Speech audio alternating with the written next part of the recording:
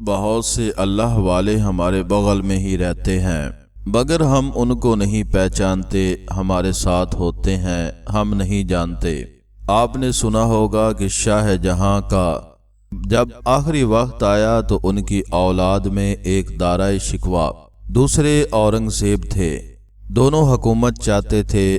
اورنگزیب نیک انسان تھے، وہ حکومت سے دین کو تقویت دینا چاہتے تھے۔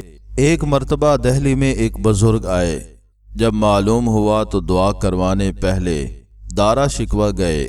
بزرگ صاحب سے ملاقات کی، انہوں نے کہا میری گدی پر بیٹھ جاؤ، مگر دارا شکوہ نے انکار کر دیا۔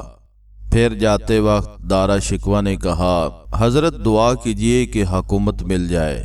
بزرگ کہنے لگے ہم نے تو اپنی گدی دینی چاہی، آپ نے انکار کر دیا، اب حکومت نہیں ملے گی۔ وہ افسوس کرتے ہوئے چلے گئے۔ کچھ دیر بعد اورنگزیب آئے، بزرگ صاحب سے ان کو بھی گدی پر بیٹھنے کا حکم فرمایا۔ پہلے تو انکار کیا، پھر حکم ہوا تو بیٹھ گئے۔ پھر اورنگزیب نے بھی کہا دعا کیجئے کہ تخت و تاج مل جائے۔ انہوں نے کہا تخت پر تو ہم نے اللہ کے حکم سے بٹھا دیا، مگر تاج میں نہیں دے سکتا، بلکہ تاج آپ کا غلام جو آپ کو روزانہ وضو کرواتا ہے، وہ اگر آپ کے سر پر امامہ رکھ دے تو تاج بھی مل جائے گا۔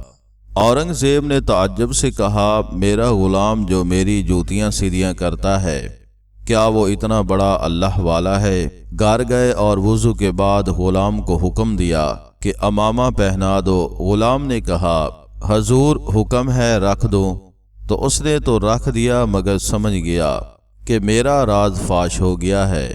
اس کے بعد وہ وہاں سے غائب ہو گیا۔ دیکھیے جسے غلام اور نوکر سمجھا جاتا رہا، اللہ تعالیٰ کے نزدیک اس کا کتنا بڑا مقام تھا۔ لہٰذا آج بھی اللہ والے موجود ہیں، مگر پہچاننے والی آنکھ چاہیے۔